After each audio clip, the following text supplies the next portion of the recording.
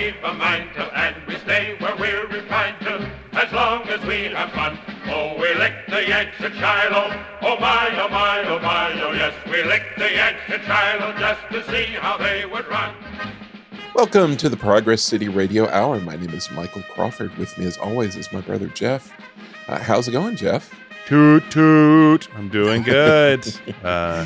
Ready to ride the rails again with you, Michael. It's a true pleasure discussing what we're discussing. Yeah, I hope you're doing well too. Yeah, doing great here. All aboard, as they say, for a second episode talking about the filming of Disney's The Great Locomotive Chase, the 1956 film, which I think it's safe to say that Walt was pretty heavily invested in. Yes, he seemed to be pushing it in pre-production, pushing, and then, like we said last time, he came to see it filmed. So, the man loved trains. This was a story from his youth that he loved. He loved trains, and as you mentioned, he spent a lot of time on set, took 2 weeks off of the studio to come hang out in rural northern Georgia and right across the border in North Carolina, the mountains where we hail from ancestrally. And so that's exciting. And really, this filming situation set the stage for many shenanigans and anecdotes. It was a clash of cultures. It's true. It's really interesting to see this tiny town interact with the Disney. Even then, to them, to us, looking back, Disney seems tiny in comparison, a real family shop. But to them, it was Hollywood coming in big time. So a lot of funny stuff. To an area that had until recently, at the time, been pretty cut off from the world. It had opened up, of course, since a lot of New Deal projects came to the area, but it was still very rural.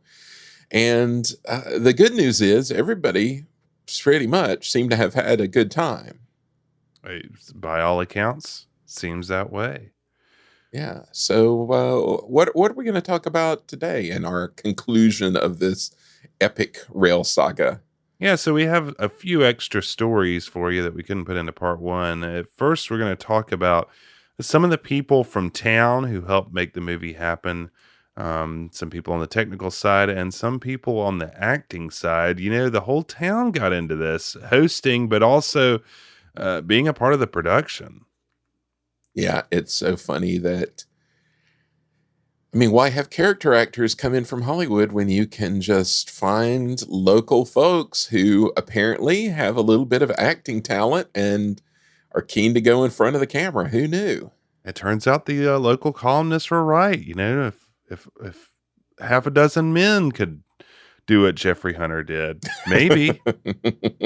You never know. And then we have a real treat. We have Bill Kurtz joining us. He was the grandson. He is the grandson of Wilbur Kurtz, who was technical director on this film. A real, know-it-all about the Great Locomotive Chase was Wilbur. He was the preeminent authority.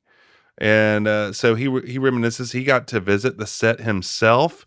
And we talk a lot about his grandfather and his roles in Gone with the Wind and Song of the South as well. Wow. Yeah, really excited that you got to talk to him because, his whole family, deep historical roots in the Atlanta area. His grandfather was a repeated advisor for Hollywood, as you say, and big in Southern historical circles, is focused on this era. So very preeminent guy and very excited that you got to talk to him. Yeah, it was a real pleasure. A man after our own heart was Wilbur Kurtz. His attention to detail and getting the details right. He took it to high level. So can't wait for you all to hear that. And finally, Michael's going to tell us some about the wonderful, there wasn't one, but two premieres of this film. Another, kind of close to Walt thing. He was all around for those as well, Michael. Absolutely. Two big events. Walt and Lillian present for one, and then Walt and Roy and their wives for the second, which was held in their hometown so to speak, of Marceline, Missouri. So obviously, a lot of things very close to Walt's heart. Yes. Yes. So dear to his heart, you might say. Absolutely. Well, sounds good to me. I'm ready to hit the rails, I guess. I have my little bindle packed. So as we get ready to go, as we build up the steam in the boiler there, why don't we do what we did last episode? Let's check in with Fess. See what old Fess Parker's got to say. By now we had our trains, our track, and our stations. It was time to begin thinking about the people in the story. Here in an open-air casting office, producer Larry Watkin and director Pete Lyon interview native Georgians as potential actors. For a true story of the South, we wanted real Southerners, looks, language, and all. People from many walks of life helped make our picture. In fact, there seemed to be talent everywhere.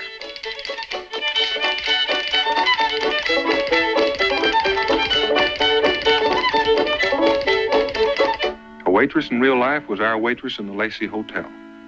Our thespians included a charming lady from Atlanta, a couple of Clayton drugstore clerks, the porter of our hotel, and the owner of the cafe where our boy fireman worked. One of our railroaders was the president of the Clayton Chamber of Commerce. Our recruits included the wife of a local grocer, a salesman whose line was puzzles, and Harvey Hester, who owns one of the most famous restaurants in the South. As we mentioned in the last episode, the filming of The Great Locomotive Chase was a fruitful collaboration between the town of Clayton, Georgia, and the folks at Disney who brought a cast, crew, and locomotives from all over the country to the mountain town.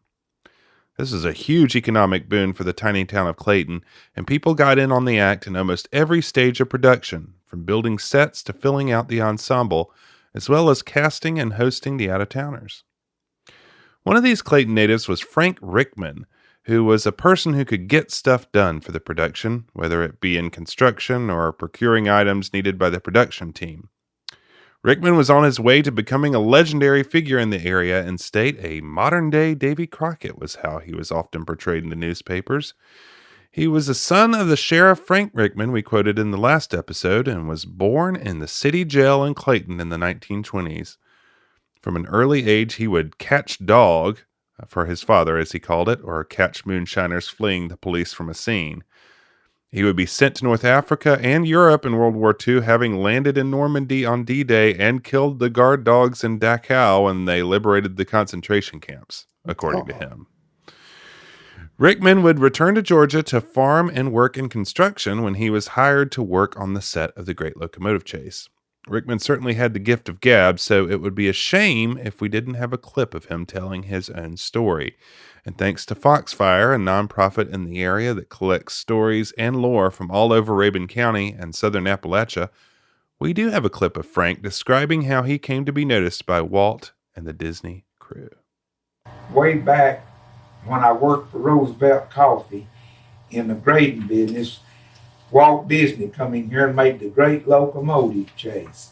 Well, then I was the go-between between the mountain people and the movie people. And Walt Disney got me to go around and get the mountain people to let me take the board roofs off their houses. We didn't have cedar shakes then like we got now. And I got people to let me take those board roofs off their house, and then I put them a new tin roof or asphalt roof back in the place of that. But then Walt Disney got to watching me work around there. And finally, when the trains come to bring the train, when the little TF Railroad was still in here then, and when it come to bring the locomotives in from California, they had loaded them in California on railroad cars, but they'd had to lay railroad track up on them flat cars because the locomotives were so heavy, they'd have pushed through the floor, and they laid a railroad track up on top of the car till they wouldn't push through the floor. Well, then when they come in here to make it, the man that was supposed to look after getting them things unloaded, he didn't do his homework. And then when the train come in there, me and Walt Disney was standing up there at the old depot, and 2 or 3 more, and we could hear the little old train a coming and pulling them, and it was a chugging along. And Walt Disney looked over at me and he said, Frank said, he first looked at the man that's supposed to do it, and the man turned plum green because he'd overlooked that, and there wasn't nothing here big enough to pick up a locomotive that weighed 200 tons. And so I felt sorry. I was standing out hearing this, and I heard the man that was supposed to do it, he just turned every color in the rainbow. Well, that's the only time I seen Walt Disney lose his cool, and he got excited because they decided that they wanted to take them back to Atlanta and let 2 railroad cranes set them off on the tracks. Well, I was just an old punk boy, and I was standing there, and I felt sorry for that man that hadn't done his homework. So I said to him, I said, I can unload them things. And he says, shh, shh. He said, don't let Walt Disney hear you say that. He said, these locomotives is his pets. And he said, if you was to scratch one of them, he'd have a heart attack. I said, I don't care. I can unload them safer than you can taking them back to Atlanta. Well, Walt Disney didn't want them, since they was fine antiques, he didn't want them drove to Atlanta and unloaded and then drive them plumb back. And then that's when I said I could unload them. So Walt Disney overheard me talking to that old boy, and he said, Frank, did you say you could unload them? And I said, yes, sir. He said, just how would you do that? He said, they weigh 200 tons.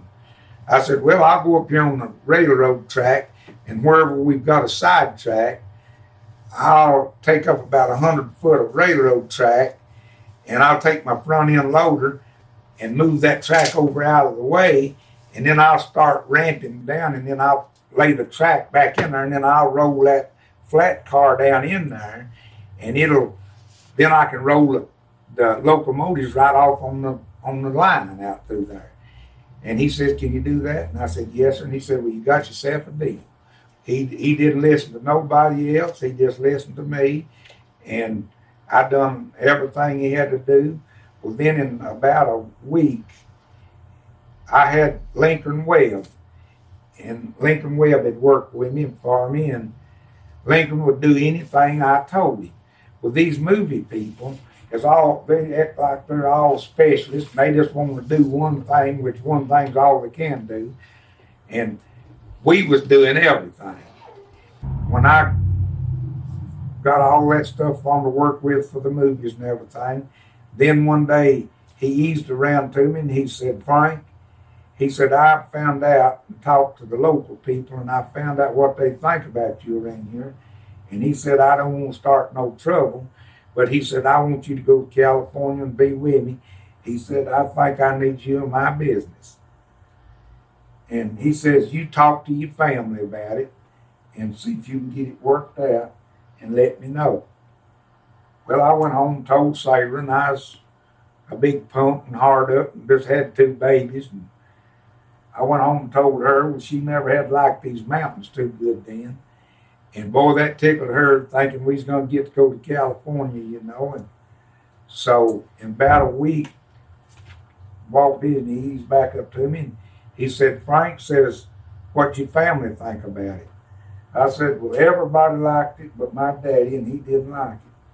But I said, I think I'll do it. Well, Walt Disney says, now, Frank, I'm going to tell you right now, I know enough about you, and I've done watched you work. And he said, I know what you'd be worth to me. And he said, I'll give you X number of dollars for 40 hours, and all over 40 hours, I'm going to pay you time and a half. And the amount that it amounted to, me being born up here in these mountains, I didn't know nothing about big money. And I was the highest paid construction man there was, and that's $1.25 an hour. And when he offered me that big money, I thought he was a crook and just trying to get me to go to California. So I looked at him in my mind. I didn't say nothing to him, but I said to myself, the President of the United States don't make that kind of money. And if you think you're going to get me and my wife younger than California and us no damn way home, you got another thing coming, partner. And so I wouldn't have nothing to do with him. I dodged him. I dodged him from being home for a long time. Then finally he he said that he wanted me to go, but I told him I believe I wouldn't go. But I stay around here, and then I just stayed around here and done what come my way. Frank Rickman. You had to be up to something. Had that be offering that much money. That is too funny. Just imagine him working in California. I just love I was to think thinking about that it. too. What would that even be like? Him, him in California in the middle of all that. I just love Walt. I mean, Walt's like, I see somebody who can think on their feet. I like that. That's right. Come on down, man. That was such a moment. They even put it in the behind the scenes special, where they explain how they did it. So that was, and they filmed the whole thing. So that was a big workaround that Frank helped with. We should give it up to Foxfire. They are a great organization. Yeah. The Foxfire books, if you've ever run across those, it's a lot of great, old living tips, how to build your cabin and cook on a wood stove and all that. They have a great museum up there and a great podcast called It Still Lives. You should check that out. It has all these interviews and more. Really great resource that up there. Yeah, it's really good folklore material. Really amazing stuff they chronicle. Right. Well, Frank Rickman, though he wouldn't move, was not done with Hollywood. In fact, would be instrumental with his work on the movie Deliverance and location scouting, technical advising, set building, and even voice work. They had him dub a voice because he had that voice of his. After that, he would be a key player in setting up the Georgia Film Commission, which has certainly been a huge force in the rise of all the production that goes on in Georgia these days. Rickman was at the fore of that, working on films such as Grizzly, The Long Riders, The Four Seasons, and much more. In fact, in 1978, Rickman would return to work for Disney in the Wonderful World of Disney TV movie, The $1 Million Dixie Deliverance, in which Rickman had a speaking role as a sentry. You can just see him right there in the movie. He went Hollywood after all. He finally made it.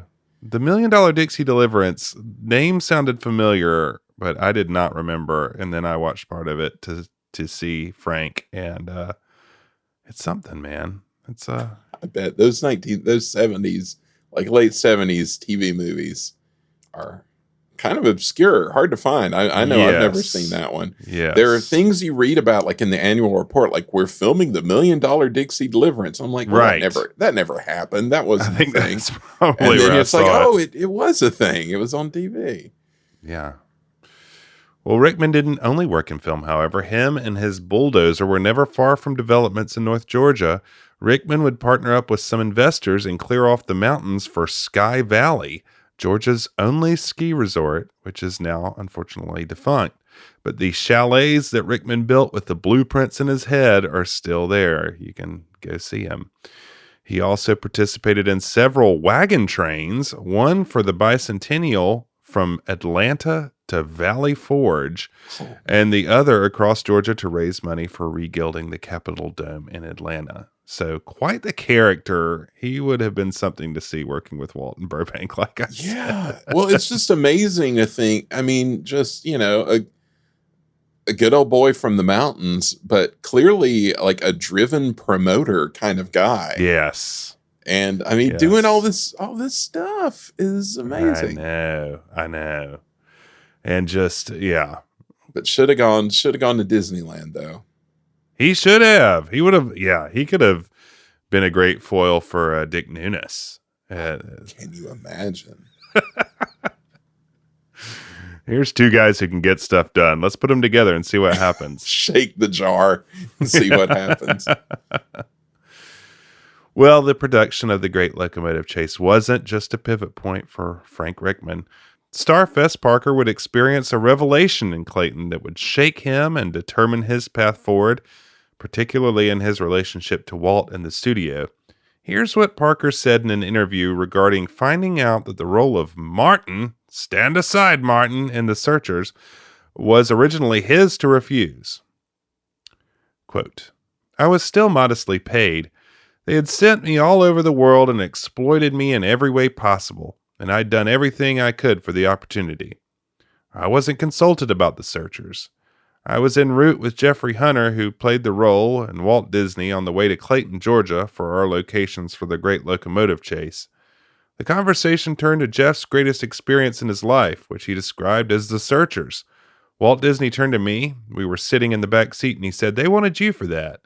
I was a newcomer, but I realized even then that you don't get too many shots, and I'd already been heavily exposed in one dimension. Then the movie I was cast in, The Great Locomotive Chase, there was more tender loving care of the locomotives than their live asset. That's coming with the heat, man. He don't like that. Salty mountain ham right there. Furthermore, Fess had this to say about Walt and the people he hired. He wanted the last word. He didn't want anybody to challenge him. When we did The Great Locomotive Chase, he put a producer in place who had never produced, Larry Watkin. The director was a man who had been an Academy Award film editor. Lyon was his name.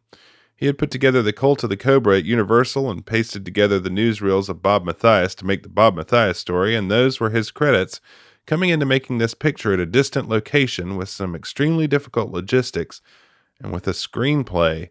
When I had a chance, I said to Walt, "This screenplay just doesn't feel quite right." Historically, the character Andrews was significant, but from a storytelling point, everyone had to root for Jeff Hunter to catch us because there wasn't any story otherwise. So every move turned out to be somewhat less than it might have. I mean, I will say I think he's kind of right about the story, that it is a little bit ambiguous in what it's, it's clearly all about the action. The story is kind of convoluted in what it's like two protagonists from, you don't know who to root for. But yeah, exactly. You can blame it on wanting the locomotives to be the star or whatever, but if I may say, Fess wasn't exactly lighting up this one. No. Doesn't have that Crockett charm, definitely. Or even the Jeffrey Hunter charm, can I just say? I mean, Yeah, it's true. Jeffrey Hunter has a twinkle in it, that famous Hunter twinkle. But now just imagining Fess and the searchers, that's weird, man. You know what the mind goes to? Ethan, no, you don't. No, you don't, Ethan. Ethan, no, you don't. No, you don't. No, you don't, Ethan. I think Fess was perfect for Davy Crockett, and he was great. And I think he was clearly really self-conscious about this. And, even the behind the scenes with Fess Parker goes into, I don't know, just a lot of the interviews at the time, he was just like, I want to do other things. I want to be, which, good for him. But Davy was a golden goose for him. Yeah. Also. Lightning in a bottle. Right. So aside from the black-eyed peas and cornbread he was getting in Clayton, sounds like Fess was getting pretty irritated. Things would only go downhill with him and Disney for years after this. First coming when he renegotiated his contract, Disney balked, and then Fess balked at the role in the movie Tonka. So was put on suspension and then relegated to bit parts, such as his role in Old Yeller and Light in the Forest, where he's just kind of there, until he was finally released and set out to try to work with other studios.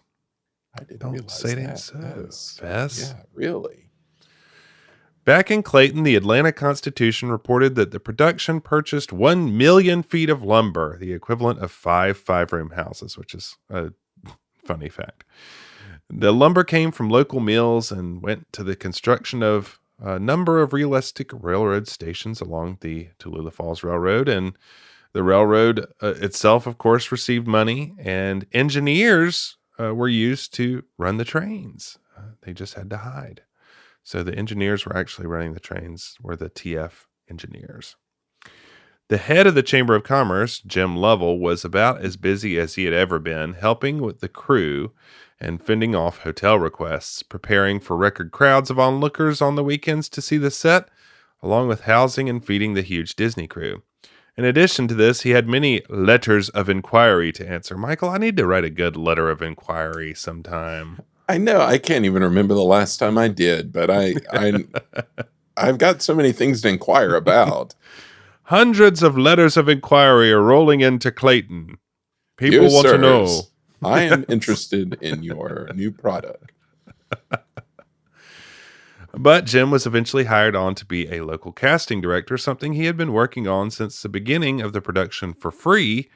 And it is in the acting cast that we see the most notable reflection of the town of Clayton, as they hired a ton of people to be in this movie. We mentioned the Reverend Dillard in the last episode, but he was in no means alone in participating in the movie. Wonderful, Reverend Dillard.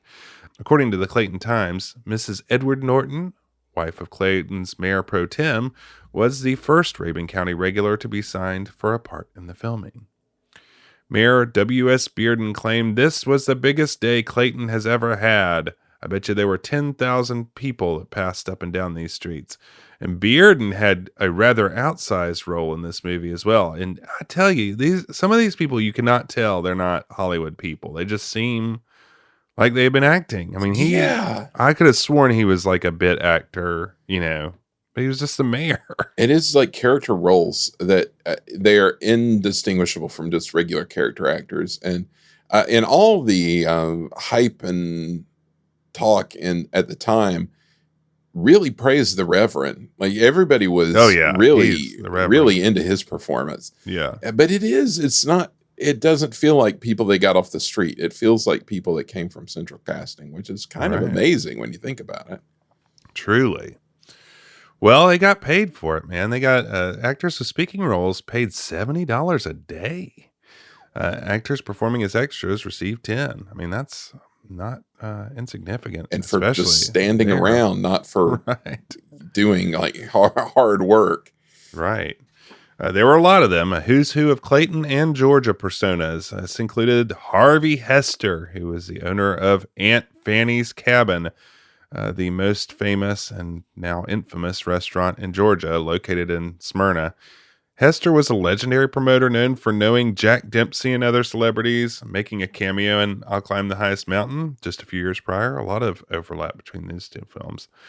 Also in the cast were Mrs. Lucia Cook, prominent in Atlanta drama circles, Bob Corley, an announcer for Atlanta's WQXI and one-time portrayer of radio's Beulah, whatever that means, Bruce Heffley and John Colick of Atlanta, Paul Jones, drama critic of the Atlanta Constitution, seems a little cheap there, and John Fulton, the manager of WQXI. So a little Atlanta who's who there. Really? Getting the media establishment behind you there. Right. But the actor who was featured the most in the film was a young boy named Doug Bleckley. Doug would work after school at the Pickrick Cafe, managed by his cousin H.J. Ramey. Every day after school, he would go to work at the Pickrick and then head home on a 5-mile walk down War Woman Road to his family house where he was one of 9 children. During his time at the Pickrick, he was noticed by Larry Watkin and Francis Lyon on a pre-production trip to Clayton. They had him audition for the role of Henry Haney, the boy fireman of the Texas. Bleckley did so well in his audition that the Disney crew hired him to a duration contract, now that's some money, and had him featured in many scenes in the film. Now let's hear a little bit about Bleckley's experience in this interview, also conducted by Foxfire. Now I was 11-year-old at the time, and they came in and got to talking to me and asked me, if I would be interested in being in the movie. So I didn't know really anything about it. So I came home and asked my mother. And she had to give it a lot of thought before she would let me even think about letting me be in the movie. And people kept encouraging her, so she decided she'd let me be in it. And they come back in the Pickrick and asked me for an interview up at the Clayton Hotel, which is the old Clayton Inn now, I guess. Mm-hmm.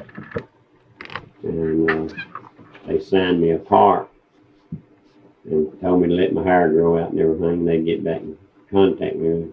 So during that time, they went back to California and they came back to get ready to shoot the movie. And they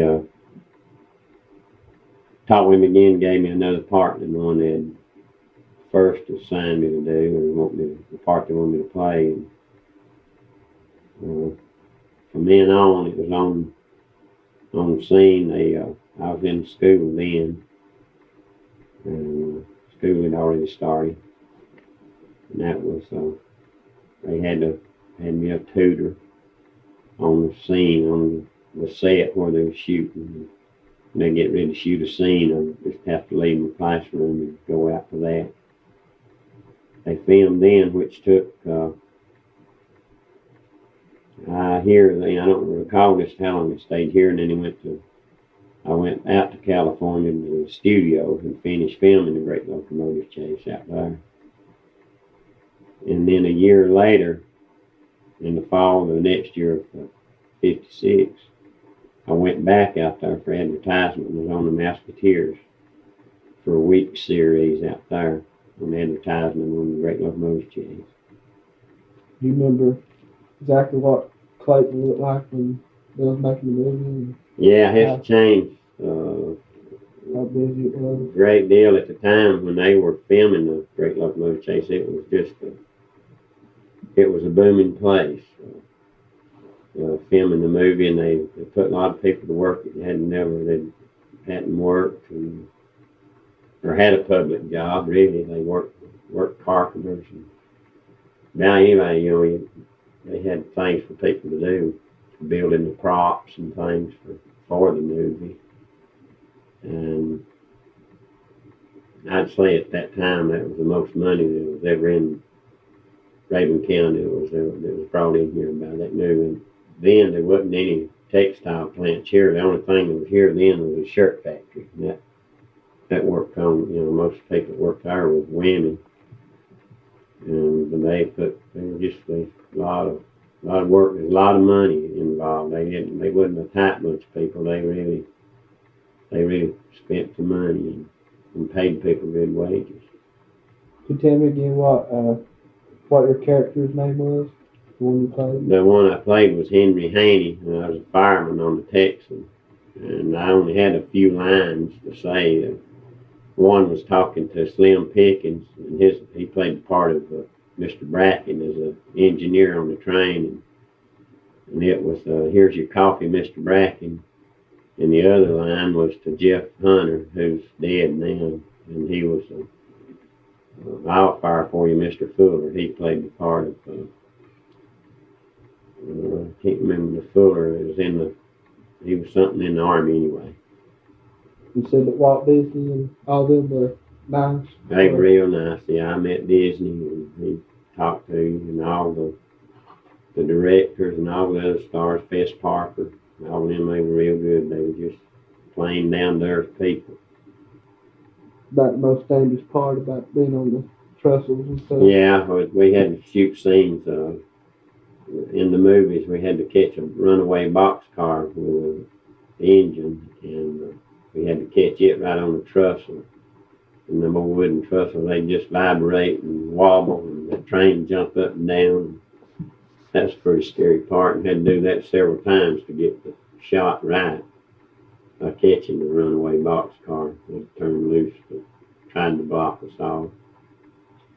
And that was the most frightening thing then, and was dangerous, probably, on them high trestles, wooden trestles. It was an experience for my whole family, really. And that was. Never been no high life too much except for that thing. You say you was one of 9 children? Yeah, Yeah, I was one out of 9. And, what they think about it today?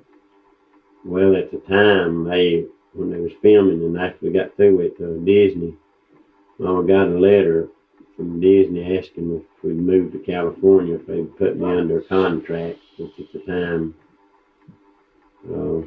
there were still 6 of us at home, and Dad had only been dead a year, so she wouldn't hear of that, so all that blew over. What a story. I mean, this kid working at a diner, getting this big role and getting offered a contract with Disney. That is, it's really amazing just to think of him going from up in the hills to going to Hollywood to be on the Mickey Mouse Club. Right.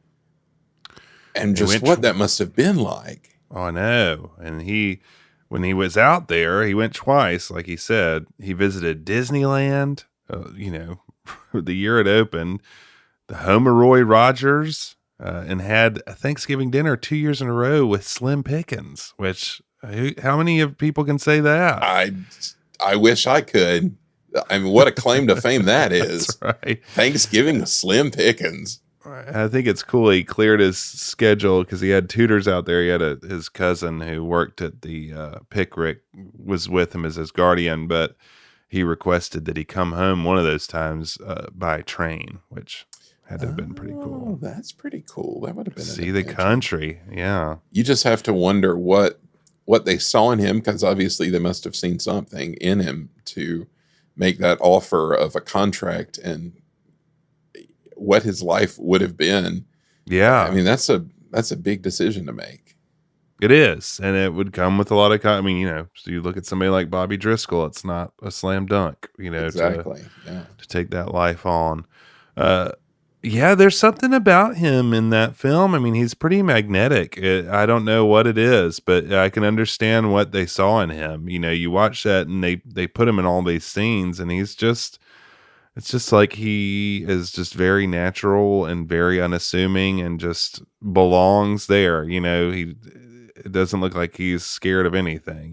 He just looks like he's the kid in the scene, Yeah, Walt pretty famously liked very natural child actors, not stagey child actors. I mean, that was what they did with the Mouseketeers. They wanted real kids. They didn't want stage kids.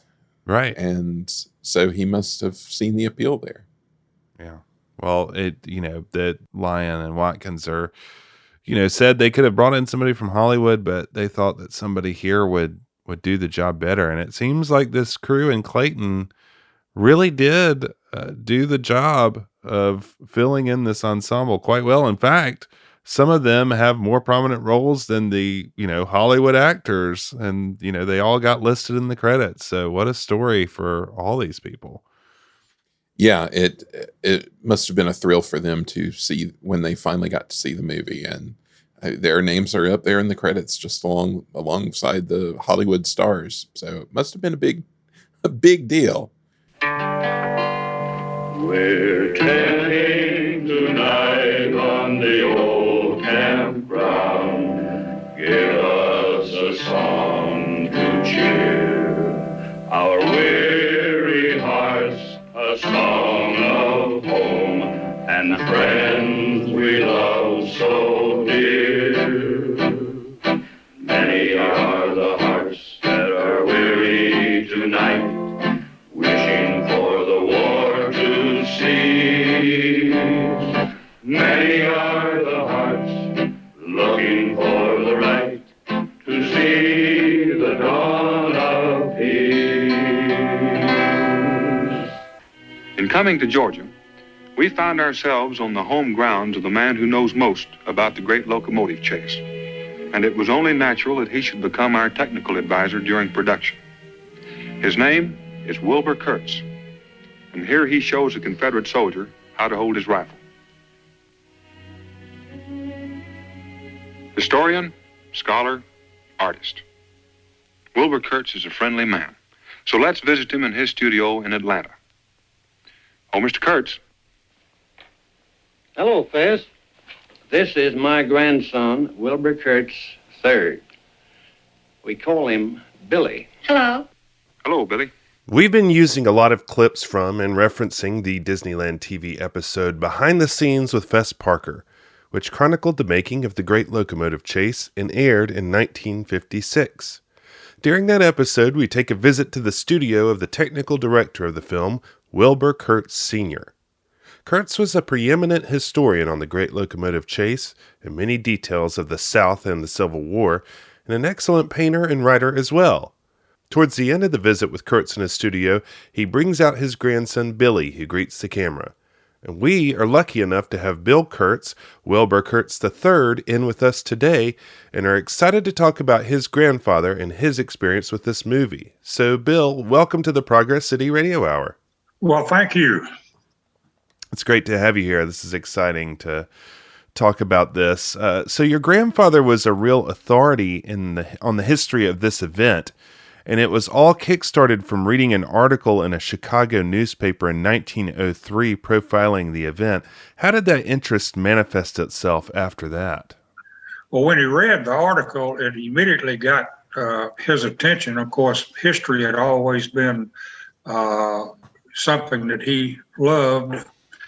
And from that article, he interviewed 7 of the remaining Raiders that were still alive.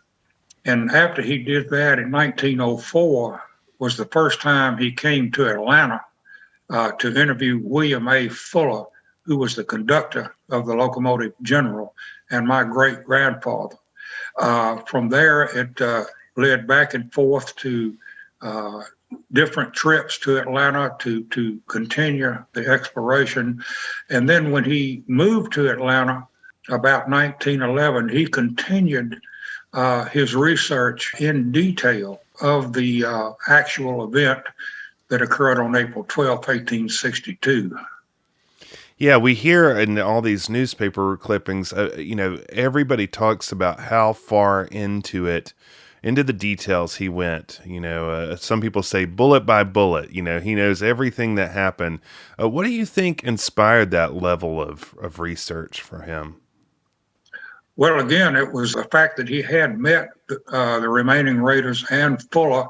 And as he continued on with his research, he got more and more interested in it. Now, he was also studying the Battle of Atlanta from Dalton to Jonesboro, which he spent just about all of his life on doing that. And this Andrews raid, or Great Locomotive Chase, was just part of that history research that he wanted to do. Well, yeah, and you mentioned Captain Fuller is your great-grandfather, which means Wilbur met his daughter, Annie, who he would go on to marry, and she was a historian in her own right. Tell us a bit about her. That's correct. She also was very interested in Atlanta history and wrote numerous articles for the Atlanta newspaper, of which my grandfather would illustrate those articles. Yeah, and he was an excellent artist. Very, again, you can look on that Disneyland special. They have some examples of his art, really beautiful, evocative art. So you mentioned he moved to Atlanta in the 1920s. In the 1930s, he was well known. He met Margaret Mitchell, and that would go on to be an important partnership. That's correct. He met Miss Mitchell in the early 1930s. Now, he already knew Miss Mitchell's father and brother, but had not really been introduced to her formally. Once they were introduced, they became very close friends because here again, Miss Mitchell had an intense interest in the history of Atlanta, of course, as my grandfather did. So their relationship lasted all the way through her death in 1949. Obviously, Margaret Mitchell, very famous for Gone with the Wind. And when they started making that movie, they tried to have her go out and supervise the production. She tapped your grandfather to do it. But can you tell us a little bit more about that? She did not really want to go to Hollywood and get involved in all the action out there with respect to the film. So she asked Mr. Selznick if my grandfather could come in her place. He, of course, agreed. And then he went on to Hollywood in the first part of 1938. And what was his experience like out there?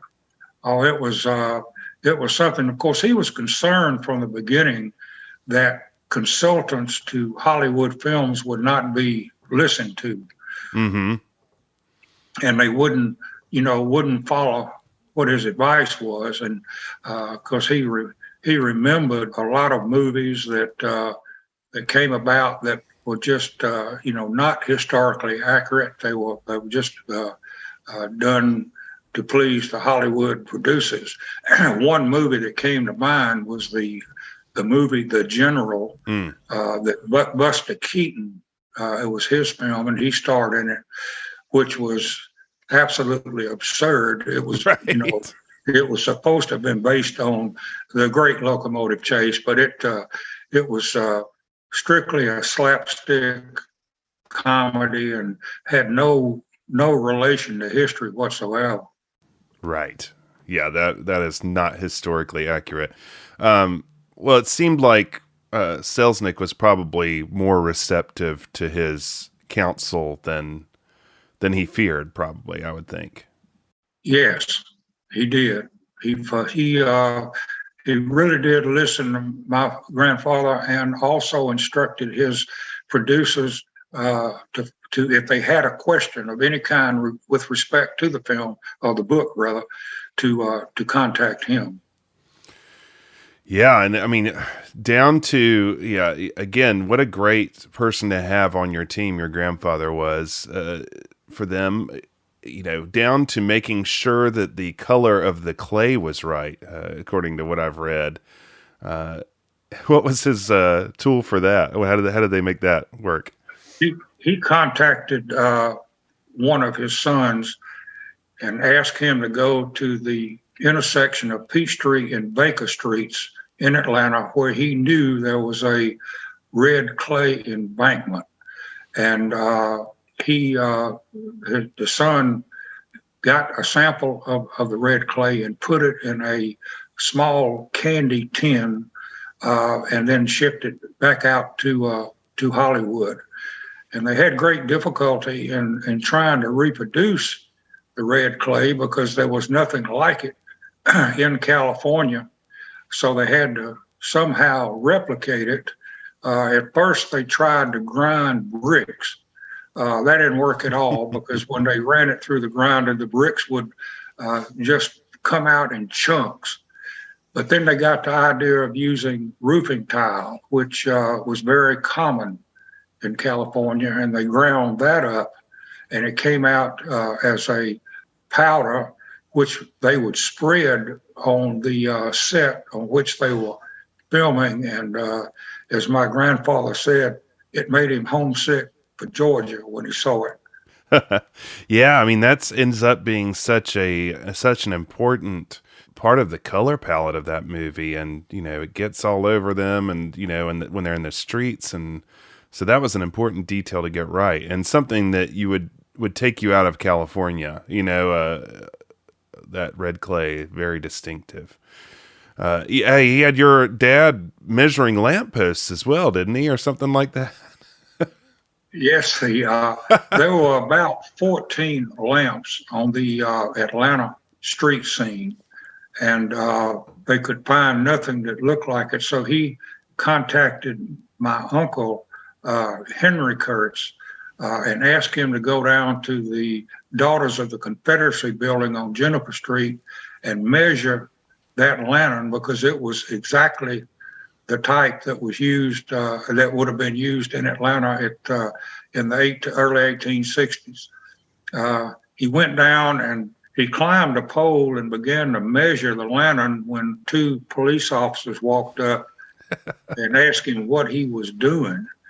And he told them about that his father was out in California with the movie Gone with the Wind, and he had asked him to get measurements of the lantern.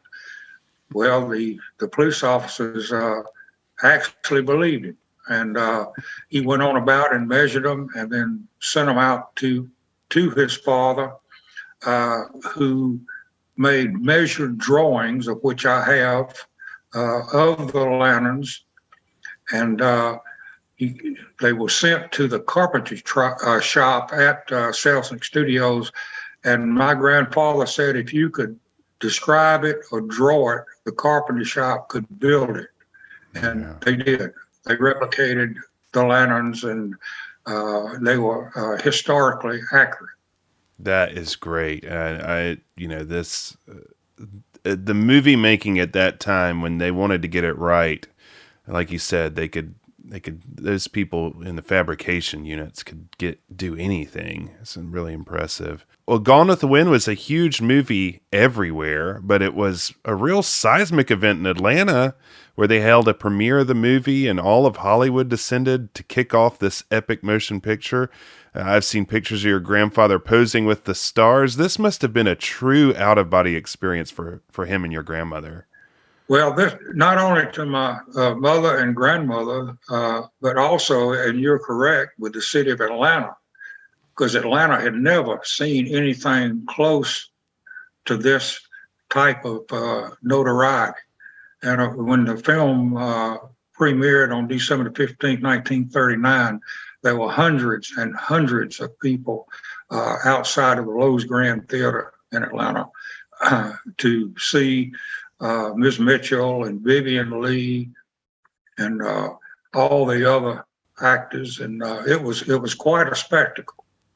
Yeah, I mean, just wild, and there he was right in the middle of it. So, what a cool experience! I imagine, you know, it's this role in Gone with the Wind that made Walt Disney come calling for your grandfather to play a similar role in the production of Song of the South. I imagine the accuracy really appealed to Disney. He really loved getting stuff right like that. But how did that play out? Well, Mr. Disney was, of course, aware of the of his participation in the movie Gone with the Wind, and realized that he was an expert on Southern history and plantation life in the 1850s. So Mr. Disney or one of his people contacted him and asked him to be the advisor for the film. Unlike Gone with the Wind, he did not go to Hollywood because my grandmother was quite ill at that time and did not want to leave him. So everything was handled on the telephone or by mail. Now, Mr. Disney did come to Atlanta and met my grandfather, and my grandfather took him down to Eatonton, Georgia, where was the home of Joel Chandler Harris. And he took him and one of Disney's principal artists, Mary Blair, down and toured Putnam County and Eatonton and showed them around, and even took them to a plantation that was still standing and in good shape so they could get an idea of what a plantation house looked like. Then he took them around and showed them split rail fences and briar patches and things of that nature that they were interested in. And he even took them to a working plantation in Adairsville, Georgia, so they could get further information about plantation life.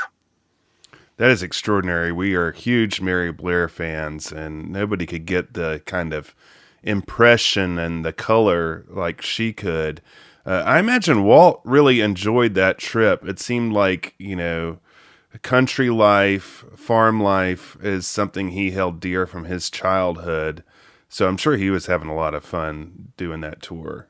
Yeah, from what I understand, he really, really appreciated it and enjoyed seeing it firsthand. That's amazing. Was there anyone else involved on that trip that you know of? I'm not aware. Could have been, but I do know that Mr. Disney and Ms. Blair were there. Well, and so they give credit as well to your grandmother, even though she was ill. Was she involved? How was she involved in the production? Well, she, from a technical standpoint, as with her participation in Gone with the Wind, was very familiar with Southern etiquette at that time and accents and things of that nature. So she was able to provide some information along those lines. Interesting. So Song of the South comes out and Disney starts to pivot more to live action filmmaking. Gone with Song of the South also had a debut in Atlanta, did it not? If I'm correct. It did at the Fox Theater. Yeah, and they both of those films had Hattie McDaniel in it. So that's exactly right. Shared history, but what a great actor she was. I mean, just there's nobody that I can think of, or anybody else can think of, that could have played those two parts better than Hattie McDaniel. Absolutely, and of course, Song of the South has James Baskett as well, who did an amazing job. Oh yes, he sure did. But as Disney pivoted more into live action filmmaking, one of the earliest ideas that Walt had was to do a movie based on the Great Locomotive Chase. Now, according to his legend, he, on the TV show, he says he was interested in this in the family library. I've seen a great uncle of yours quoted saying that your grandfather suggested this as a movie. Do you know anything about that, or was he just contacted to help out? No, he was, more than willing to help out and do anything that he could possibly do to assist. Yeah, I mean, I imagine for him, he would be really excited to participate in a movie by somebody who wants to get the historic details right about this subject matter. Oh, absolutely. Yeah. And so, it happened that they found this railroad, the Tallulah Falls Railroad, which, was about 50 miles down the road from where the actual chase happened. And by this time you were around and even involved. So can you tell us a little bit about your observations as that started to happen and what your grandfather's experience was making that as well? Well, in 1955, my grandfather invited my mother, father, and I to come to Clayton to observe some of the filming of the Great Locomotive Chase. And as you pointed out, the Tallulah Railroad was a very important aspect of this. Number one, the scenery in that area was almost identical to that of the original chase. And the engines that were on loan to Mr. Disney, the gauge of the track would fit the track of the Tallulah Railroad, so there was no having to do no modification to the undercarriage or to the wheels. Well, yeah, and not to mention, it was an area that was not developed whatsoever. It was kind of like a time machine at that point in time. My grandparents grew up just across the North Carolina border, and in fact, my grandmother grew up right between kind of filming locations off the TF for this. And it was, they hadn't had electricity for very long in some of those places. And it was a simpler time up there. Well, it was absolutely perfect for the location. I don't know where they could have found a better one. Of course, the original route of the Andrews Raid, it had grown up. And as you said, there were telephone wires and everything else in the area that just plain would not work. But the Tallulah Railroad and that area of Clayton was perfect. I read an article where they would ask the kids who were sitting there watching the filming how you would say, I think one of the words was authorized. How do you say that? And then they would get them to say it, and then they would feed it back to the actors. I mean, how... I bet your grandfather was very busy on this one, making sure, they had to modify some of those locomotives, and there was a lot to get right historically. It seemed like they were pretty thorough.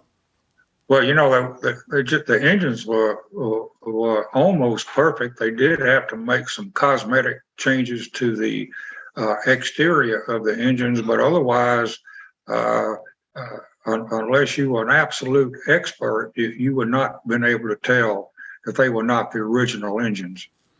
Right. And I think it's funny that there's a lot of stuff made about, Captain Fuller famously ran a lot to catch up to the next locomotive. And there was a lot written about Jeffrey Hunter's ability to run. I think even your great uncle weighed in on that as well. So they had to pass the running test too. There was a lot of exercise in those scenes. Yeah. So when you got to go up there, tell us what you saw. And I mean, you were at the ripe age. We talked to another guy, Scott Gerard, who, was in grade school when Disneyland was being constructed, grew up right across the street and got to see it being built. You're kind of the same age as him. So you were watching Davy Crockett on TV, weren't you? I wouldn't miss an episode. And I had the coonskin hat and everything, all the paraphernalia that went along with it. So what was it like going up and meeting Davy Crockett? It was an experience. My grandfather first introduced me to Mr. Disney, and he was such a gracious man, nice man, and for him to take time to talk to a 10-year-old boy as he did was just absolutely phenomenal. I then met Fess Parker, who portrayed James J. Andrews, and of course that was Davy Crockett as far as I was concerned. Right. He was nobody else, and what a thrill that was. Then I met Jeff Hunter, who portrayed my great-grandfather, William A. Fuller. He likewise, as Mr. Disney and Mr. Parker were just very friendly and nice, enjoyed the conversation.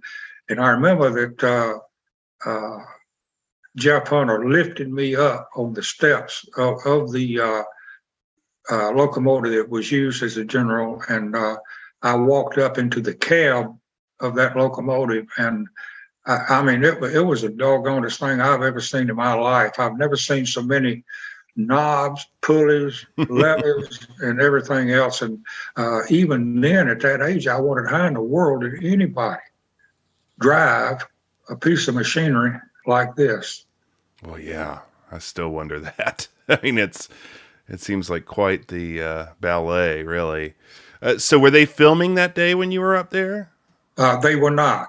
Okay. But the extras, they may have started again that afternoon, but most of the extras were there, of whom I met several, and of course Walt Disney and Parker and Hunter were there, and since they were there, they must have been preparing, as I recall, for filming at some point in time that day.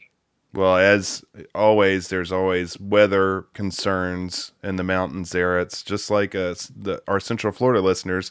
You get an afternoon shower almost every day. So there was a lot of waiting around. But, everybody there in Clayton just commented on how nice everybody was. And I think one of the reasons I'm so drawn to this story is that they just embedded themselves in that community. I mean, not only they had a bunch of cast from Clayton and the Atlanta area, but, when filming would stop, just like you're describing, they would sit there and talk to everybody. Walt Disney went into the store and would talk to the guys and eat some cheese, and it just seems like they were just having a great time. Well, as far as the citizens of Clayton, Walt Disney and all those other people, and Disney to them were just plain ordinary people. I mean, there wasn't any putting on or anything like that. They just enjoyed meeting everybody, and it was just a great time. Yeah, I mean, how cool to meet Walt Disney. I mean, that is a very, very amazing thing. I'm so glad he was nice to you. Oh, he was. And then you got to be in this great documentary, which I'm so thankful they filmed. And this is just such a, this is what I loved about the Disney company of this time, is they would take the time to talk to your grandfather, and your grandfather would bring you on. And I mean, all of that is such a great little bit of history that you wouldn't see today. But can you tell us a little bit about that experience? Well, my parents took me over to my grandfather's studio in Atlanta, where they were doing a part of the behind the scenes with Jeffrey Hunter. And I, unaware, I was going to take part in this. And they handed me a script, which if I'd have had 2 weeks to study it, I could have probably memorized it. So fortunately, they cut it down to one word, and that was hello. And that was a great relief. But that in itself was an experience to see how that type of filming was done with the large cameras and the lights and all of that. It was just something else. Yeah, his studio looks really incredible too. I mean, that had to be a cool place for you to visit, even when there wasn't filming going on. Oh, absolutely. But yeah, you really did that line with gusto, did well. It's funny, it's all filmed like a conversation with your grandfather and Fess Parker. So I imagine that took a little bit to get right, but it's such a great little part of the thing. Oh, And yes. so that wasn't the end. You heard a little bit more from Disney after that was done. Can you tell us a little bit about that? Well, for my participation in that segment, Mr. Disney sent me 2 original cells that were used in the production of Lady and the Tramp and Peter Pan. Each one was autographed by Mr. Disney to me. I received a letter from a Dwight Babcock, who was with Disney, thanking me on behalf of Mr. Disney of participating in that. And those are cherished items that I have. And that was my first paycheck. I got $25 for participating in that. And of course, at 10 years old and 1955, 56, that was more money than I'd ever heard of. And I just knew I wasn't going to have to work the rest of my life. I had $25. Unfortunately, I cashed a check, which I wish my father cashed a check, which I wish I had not done, because it was on a Walt Disney production check. It had all of Walt Disney's characters, Pluto, Mickey Mouse, Minnie Mouse, on the check, but I cashed it, spent the money, and I regret it ever since. Oh, I know. That'd be a great item to have. But I'm sure, the joy of cashing that check was considerable at that time, like you said. Oh, it was huge.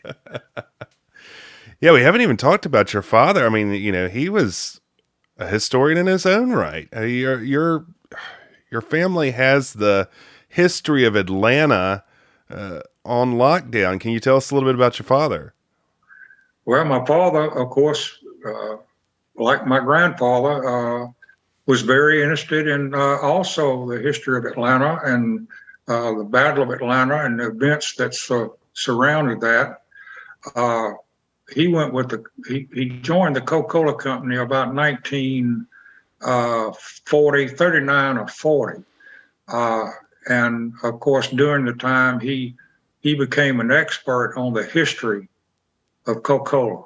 And Coca Cola to him was everything. I mean, he loved the company, and he was there for about 38 to 40 years.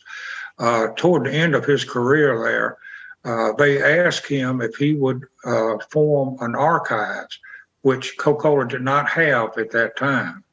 So he spent about the last 5 or 6 years of his career putting together the archives, organizing all the history of Coca Cola, all the way back to Pimpleton and the creation of the syrup of Coca Cola. That's interesting. It was in that time frame because, our listeners and Michael has some experience at the Disney archives. It was done in the wake of Walt's death around 1966, so they had to be around the same time. Boy, I bet the Coke archives has some incredible pieces in it. It is unbelievable. I have not seen it lately, but I visited my father there and in the archives on numerous occasions, and anything to do about Coca-Cola, the origins, etc., was there. Wow. The original documents, and you just can't imagine what he put together. Yeah, it seems like a company much like Disney that really preserved their stuff well, and it's really great for historians that they have. That's such a great thing. So, did you by chance have the opportunity to attend the premiere of the Great Locomotive Chase when it came to Atlanta? I did not attend the premiere. I do not recall why I wish I'd been there, but of course, shortly thereafter, I did see it, and to this day, it's just a great movie. I watch it frequently. Matter of fact, I almost know the dialogue, but just it was such a great movie, and very, very good for my age at 10 or 11 to see that on the big screen. Just Absolutely. wonderful experience. Yes. Well, I want to thank you for coming on. Is there anything else you want to tell us that was on your mind when I asked you to do this?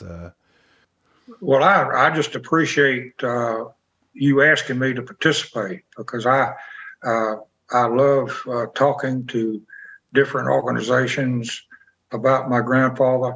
I'll do anything to perpetuate his memory and all the things that he accomplished in his life, which were just so numerous you can't even possibly think or remember all of them. But I'm very proud to have been his grandson. I just think it's great that he brought you into that show. I mean, that just shows a tight family bond. The more I looked into him, the more I was stunned at all the things he was involved in. When I was a kid going down to Atlanta, the cyclorama, he worked in restoring that. I mean, all this stuff, preserving and illustrating just an incredible legacy he's left behind. I want to thank you so much for coming on, being willing to do this. It's been great to hear these stories, and I really appreciate it.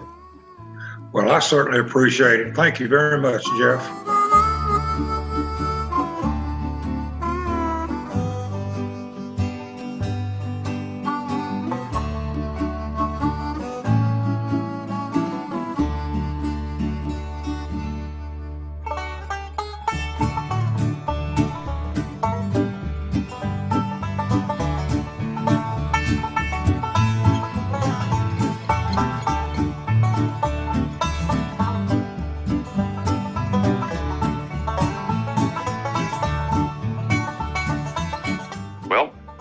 We've seen the preliminaries, bits and pieces. Now let's put them together and relive the excitement of the most thrilling of railroad adventures. Well, when you consider how excited Walt was about this particular film, perhaps it's unsurprising that the Great Locomotive Chase had a big gala premiere. In fact, it had two. And these weren't Hollywood premieres either. One took place in the South, where the film was set, and the other took place in a very familiar Midwest location. The big world premiere took place on June 8th, 1956, in Atlanta. This was an all-hands-on-deck, 2-day affair that saw Walt and his actors wined and dined throughout the Atlanta region. And boy, this was quite an event. When you forget just how long ago 1956 was, stories like this really knock the point home. Atlanta was a very different place. Yes, it was the capital of the South and all that came with it in the 50s. Exactly, as we shall see. The fun began on Thursday the 7th, when fans turned out at the Atlanta airport to greet Walt and Lily. Reported one journalist, "The producer, relaxed and affable, signed autograph book after book." So I'm glad Walt very casual, relaxed and affable. Mm-hmm. Interestingly, Walt and Lily had flown in directly from New Orleans, where they had visited friends and shopped for antiques and items for Disneyland. Now, the first thing this made me wonder is, what were they buying for Disneyland? And is this the famous trip where Walt bought the animatronic bird which would inspire the Tiki Room? Which was bought in New Orleans. I found dozens of different stories online talking about the bird purchase, but nothing actually said when he bought it. But it would have been wild if this was the same trip. So it's true. They seem to make it to New Orleans quite often. So, but yeah, I mean, maybe. It's definitely possible. That time frame would make sense. Bothering everybody at the event, talking about this. You got to see this thing. See this bird I got. That evening after they arrived, the Disneys presided over a Disneyland ball, a spectacular costume ball of around 800 guests, which was held in their honor in the grand ballroom of the Dinkler Plaza Hotel. The ball was held by the premier event's two sponsors, the Georgia Federation of Women's Clubs and the Young Matrons Circle for Tallulah Falls School. So you can only imagine how mid-century Southern society this event must have been. I can just see the cottage cheese and pineapple Oh, yeah. somewhere on hand. Definitely. The event had a heavy Disney theme, with guests asked to wear costumes or carry accessories representing Disney characters. It was apparently quite a big deal. The decorations committee chairman, one Mrs. Rhea T. Eskew, reported to the media that, quote, her group's efforts of the past 3 months are shaping up nicely for the event. She also talked about how they'd roped the menfolk into helping for everything from babysitting to construction. So babysitting? Yeah, I know. Can you imagine? Their own children? Right. And what decorations these were, everything had a Disneyland theme, with a railroad station forming the entrance to the ballroom, of course. A front view of the Locomotive General featured a headlight which served to spotlight guests as they entered. So it was kind of like, nice, fancy prom entrance there. Suspended over the ballroom was a large mobile depicting the 4 major realms of Disneyland: Fantasyland, Frontierland, Adventureland, and Tomorrowland. I would love to see photos of this. I know. Yeah. I mean, every time I'm hesitant, if you theme something after all the realms of Disneyland, I'm all in. Mm-hmm. And just a big mobile overhead. Yeah, come on. Behind the bandstand was an elaborate backdrop of Sleeping Beauty's castle, and there Bill Clark's orchestra played music from various Disney films, including special arrangements of songs from the Great Locomotive Chase. Huh. There were 2 large main refreshment tables, and they were also decorated. This is described in great detail. One had a 3-dimensional representation of Dumbo, which I'm sure was terrifying. Yes. It was said to be 9 feet across as a backdrop. God. The other was decorated to appear like the Frontierland bar. I'll be going to that one. Thank you. Yes, absolutely. Walt and Lily weren't the only stars of the night. Fess Parker, Jeff Hunter, and Jeff York were all on hand as well. In fact, they led the Grand March into the event, sharing a dance with local belles. After the parade of costume guests, the costumes were judged by Walt, and prizes were awarded for best dressed individual, couple, and group. There was even TV coverage by WLWA, which presented an hour-long telecast covering the event's highlights. I need that on YouTube. Come on. I hope that exists somewhere. I just need to see Fess and Jeff doing their like Virginia Reel or whatever they were doing with the local belles of the ball. I want to see Walt as a judge because he was loving that. Yeah. There are some pictures of that I did see of him with people with really kind of disturbing Disney costumes, and he seemed to be quite pleased. Yeah. Other guests that night included Joan Crawford and her husband Al Steele. I guess Joan was down there doing espionage on behalf of Pepsi at Coke headquarters. Fess Parker's parents were there. They had flown in from Texas. A lot of parents, man. A lot of parents, yeah. And many of the Georgia locals who had featured in the movie, they also got to come down for this. A seat was even reserved for the 82-year-old William Fuller II, the son of the conductor of the general in the movie, Jeffrey Hunter's character. So he made an appearance with his family. But that wasn't all. The next morning, there was an hour-long parade down Peachtree Street celebrating the film. The parade was led by Georgia's Governor Marvin Griffin and Atlanta Mayor William Hartsfield. Yes, the guy the airport is named after now. The Third Army Band and other local groups provided marching music, and Fess Parker, Jeffrey Hunter, and Jeff York all appeared in costume on floats depicting scenes from the Locomotive Chase. This sounds amazing. This is a parade I would go to. I imagine it being spectacular. Also on hand were locals from the Clayton area, including W.S. Bearden, Reverend Dillard, his son Derek, and Doug Bleckley. So everybody got to come along and be in the parade. I wonder what they thought. I can't even imagine. Walt and Lily were in the parade, naturally, as were a slew of Disney characters, and children along the route were given balloons, ice cream, candy, and comic books, so not a bad deal there. Nice. Yeah. It was a big, big event. The gang was then treated to a luncheon at the Capital City Club before attending a press reception at, and I wish I were making this up, a popular local restaurant called Mammy's Shanty. Mm-hmm. This was indeed a real place. Look it up or don't, considering that it was pretty awful. Weirdly, a different press report said that the press event was at the aforementioned Aunt Fanny's Cabin, which was also a real place, and possibly even worse from what I've seen online. But judging from the fact that Mammy's Shanty was actually on Peachtree Street and the other was out in Smyrna, I assume they had their big event at the Shanty. And I'm telling you, this search sent me down a rabbit hole of old Atlanta restaurants, and man alive, it was unpleasant. Yeah, there's some stuff with Aunt Fanny's Cabin, which I looked into. Very, very disturbing. Yeah. I could just do a podcast about the horrific aspects of Aunt Fanny's Cabin that I came across in a 5-minute search. Yes. How was this a thing? Yes. Yikes. Anyway, as somehow both not so long ago and also a million years ago. Thank goodness. Thankfully.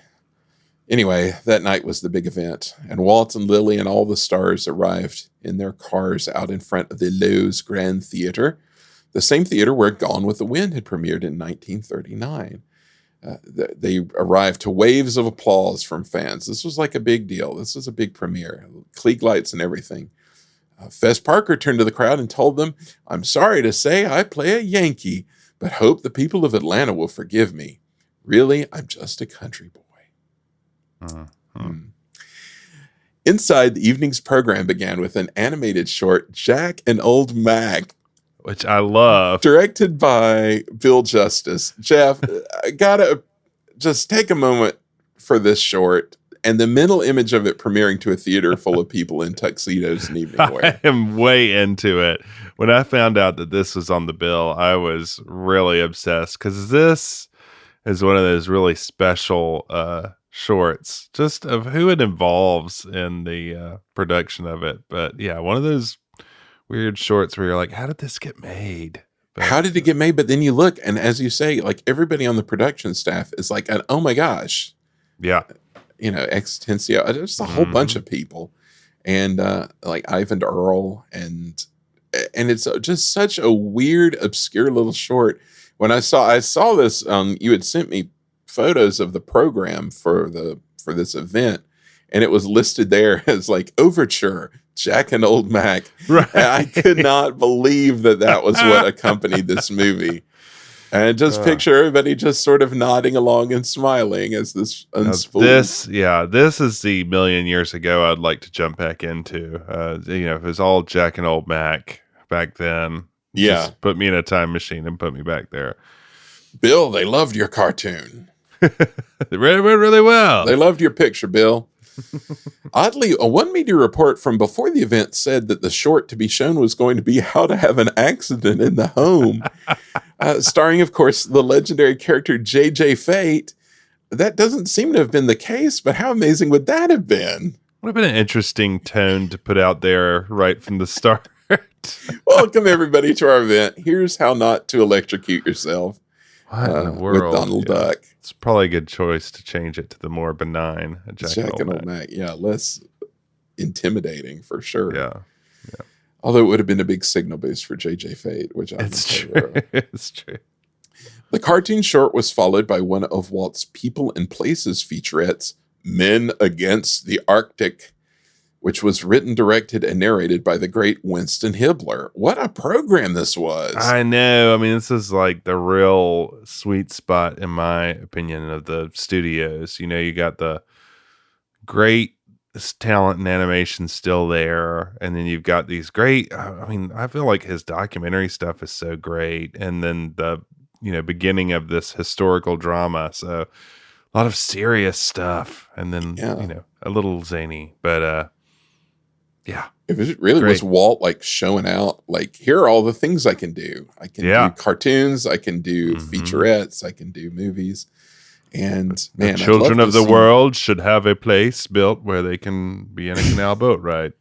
Exactly.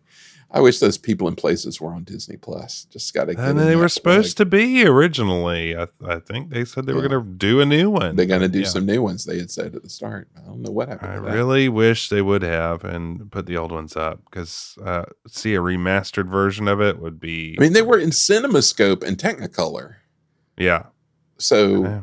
one would assume they looked pretty good. I know. Put them up. Put them up. Once they got those CinemaScope lenses, more of those made, they could do it. After the featurette and before the main feature, there were a number of presentations. Mayor Hartsfield took the stage along with members of these sponsoring organizations to make presentations to Walt and the movie's stars. As all proceeds from the event were to go to the Tallulah Falls School, Mrs. Henry W. Moore, president of the Georgia Federation of Women's Clubs, presented Walt with an honorary diploma from that institution, seeing as how he had never graduated high school. Walt got some laughs from the crowd by responding, "This is just what I needed," which, depending on tone, could go a couple of ways.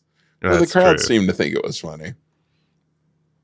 Walt also received an engraved ship's bell from the Coast Guard icebreaker East Wind, presented to him by Vice Admiral A.C. Richmond, Commandant of the United States Coast Guard. This was in appreciation for the Men Against the Arctic featurette, which was a documentary showing the Coast Guard in action. And this was something that felt like was made one of the biggest deals of like the Walt Disney's bell. Yes. So, Yeah. This treasured bell from the East Wind. To cap things off, Walt announced the winner of an all-expenses-paid trip for 4 to Disneyland, which must have been exciting. Mm-hmm. After that, the movie played, and it was well received by all. It got a rave review in the paper, even. But just as warmly received by the film's crew was the Georgian hospitality. Said Fess Parker of the shooting location, "I don't know when, but one of these days I'm coming back to Clayton." Jeff Hunter agreed, saying, "One of the nicest things that ever happened to me was filming the movie in Clayton, and I'm coming back someday." They loved it. They loved it. But Walt's busy summer was not over yet. The film was to have a second premiere, dubbed the Midwest premiere, in Walt's tiny hometown of Marceline, Missouri. The 4th of July event was on the occasion of the dedication of Walt Disney Memorial Park, a 1-acre park near the town's country club, which was to also feature a dedication of a municipal swimming pool, a $78,500 swimming pool they were proud to announce. Oh, yeah. Raised Spend it that all big money. themselves. Don't see that many big Midwest premieres, do you? No, you don't. You don't often hear that one. This was another 2-day event. Walt and Lily, along with Roy and Edna Disney, all flew in from Los Angeles to Kansas City on the 3rd. They were to attend an evening reception at the Country Club in Marceline, sponsored by the local Chamber of Commerce and JC's. But due to plane trouble in LA, they didn't arrive until after midnight. They had to fly into Kansas City and then had to take sedans to Marceline, which is a long drive. But even their late arrival didn't dampen the enthusiasm of the waiting crowd, who had stayed up late to welcome the Disneys. They hit the refreshment table and were good to go, apparently. Stayed there all evening and were there to welcome Walt when he arrived. The next day, July 4th, had been proclaimed Walt Disney Day by Mayor Jack Wren, who declared that it was Marceline's finest hour. The Uptown Theater hosted the film's event, with Walt and Roy standing out front welcoming each young guest in person. The crowd was so large by Marceline standards that it lined up a block in each direction, and many ticket seekers were turned away. Senator Thomas Hennings Jr. and John Dalton, who was Missouri's Attorney General, were also on hand. They always wherever there's a crowd, they'll be there. Walt made a personal appearance before the show to address the kids in the audience, and this is where he made his oft-repeated statement, "My best memories are the years I spent in Marceline. You children are lucky to live here." He also made throughout the event jokes about like outhouses and like cow ponds and things like that. So he was obviously feeling sassy during this entire event. Outhouses. Outhouses informed about many 'em? of my early cartoons. Yeah, that's true. After the event, city officials and old classmates of the Disneys joined guests at a buffet luncheon at the home of Dr. Robert Smith before everyone headed to the park for the opening festivities. Around 6,000 residents of the area, much larger than the population of Marceline itself, attended. It was a big event with bands playing John Philip Sousa and everything else you might imagine. Walt commented on how John Philip Sousa was just his favorite music. Walt addressed the crowd again, saying, "Although I lived here only 5 years, those were the formative years of my life. I have been fortunate to be able to follow my ambition and boyhood dreams with the help of so many talented persons." He also paid tribute to his brother Roy, saying, "Although I have been rambunctious at times, my brother has always held a firm check on some of my wild schemes." Very true. Imagine Roy laughing at that. Oh, yeah, you telling me. Roy at least got a little compensation when he got to join Walt to judge a bathing beauty contest featuring 44 girls from surrounding counties. After conferring with the other judges, Walt crowned Ms. Deanna Kelly, a 17-year-old brunette from Marceline, queen of the celebration. With that taken care of, the mayor cut the ribbon to open the pool, and it was christened by a group of around 50 boys, all jumping in at once to make an enormous splash. With that, Walt's Great Locomotive summer was over, but at least he was able to return to Disneyland, where his very own train awaited him.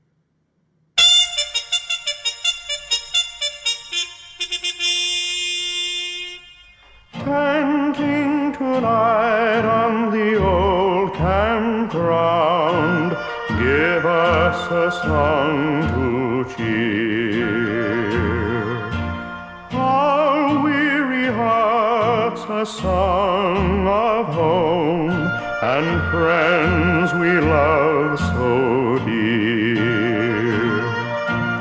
Many are the hearts that are weary tonight, wishing for the war to cease. Many are the hearts that are looking for the right to see the dawn of peace. So that wraps up our deep dive into the Great Locomotive Chase. Michael, how does it feel coming out on the other side of the exhaustive history? There's still more to be talked about, actually, but we'll leave it at that for now. We'll leave it at that, but there are, as with so many things, there's always more to talk about. But feel good, on the rails again. It's always good to hit the rails and see what you can see. I'm a big train advocate, so this is fun to talk about. You see the appeal in the story for Walt very much so it was fun to really dig into this. Yeah, and if you're ever in the Atlanta area, you should take the trip. You could do the Kennesaw, you could go see the Texas, you could see all of the locomotives involved, and go up to Clayton and Franklin. It's a beautiful trip. So absolutely, email us for tour advice. That's places to stop. Email us podcast@progresscityusa.com. Yeah, we'll give you some hot tips on places to stop. But you had a lot of help, a lot of local resources in digging around for this story, didn't you? I did, especially the Rabun County Historical Society were very helpful. They were very curious what I was up to, and very friendly, and I appreciate their help. And the library and all sorts of folks I talked to that we haven't shared, but an interesting time, and some family that have some memories of this. So absolutely. It's interesting. Unexpected connections to the left and to the right, but it is great. You mentioned the Historical Society. There's so many good people doing good historical work out there. And, even in these small towns and these small areas, people archiving and keeping the history and doing a great job. And I just think that's great. Absolutely. And very necessary. So, North Georgia is a really interesting place. There's a lot of interesting history up there, the Tallulah Gorge and the resort area up there. So again, worth a trip, but very kind of, not your typical mountain burg. There's something different about that area. Head on up through there, go through Franklin, head up to Cherokee. Oh yeah, sure. See, so yeah, and over there where some Davy Crockett was filmed, over in the Smoky Mountains Park. So It's true. regardless, we're gonna watch the caboose heading over the horizon with old Henry Haney, making sure everything's safe, and let them go. And before we go to what's next, Michael, I want to check in and see if anyone's joined our Patreon this month.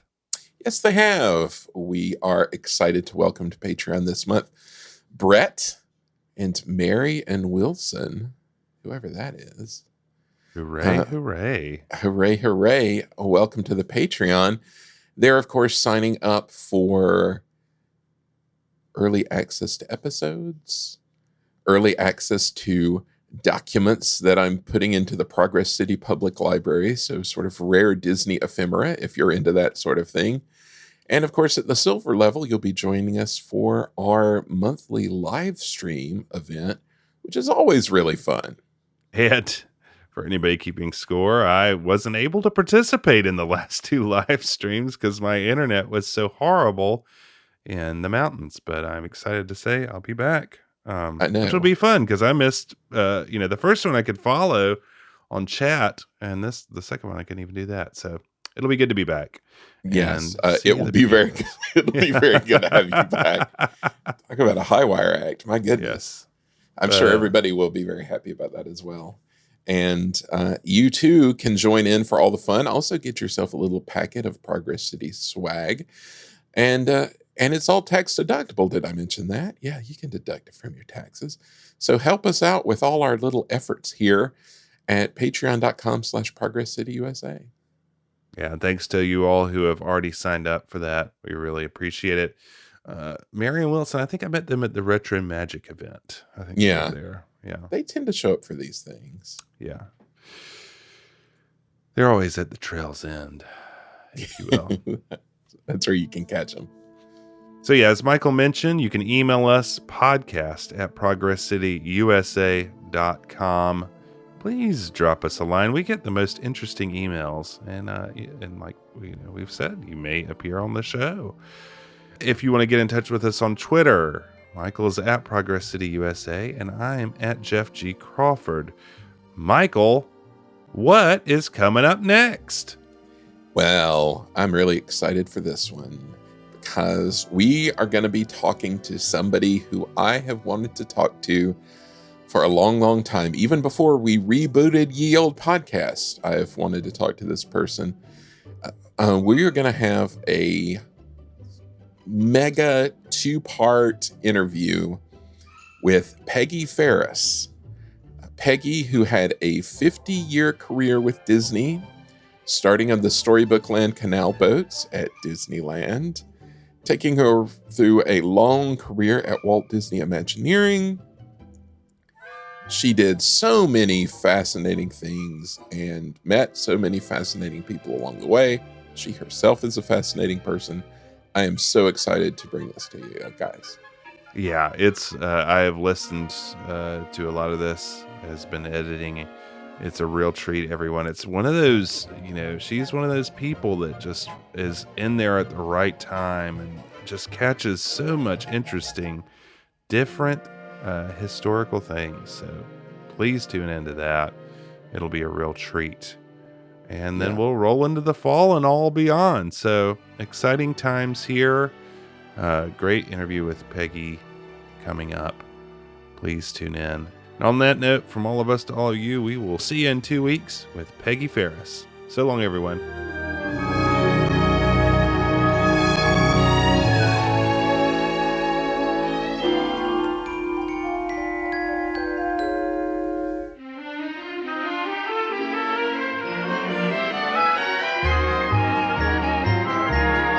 Right now, it's time to go. Remember, everything you've seen here in our all-electric city is really possible today. So if you know any cities looking for a new springtime of progress, tell them about Progress City. Thanks for joining us. They call it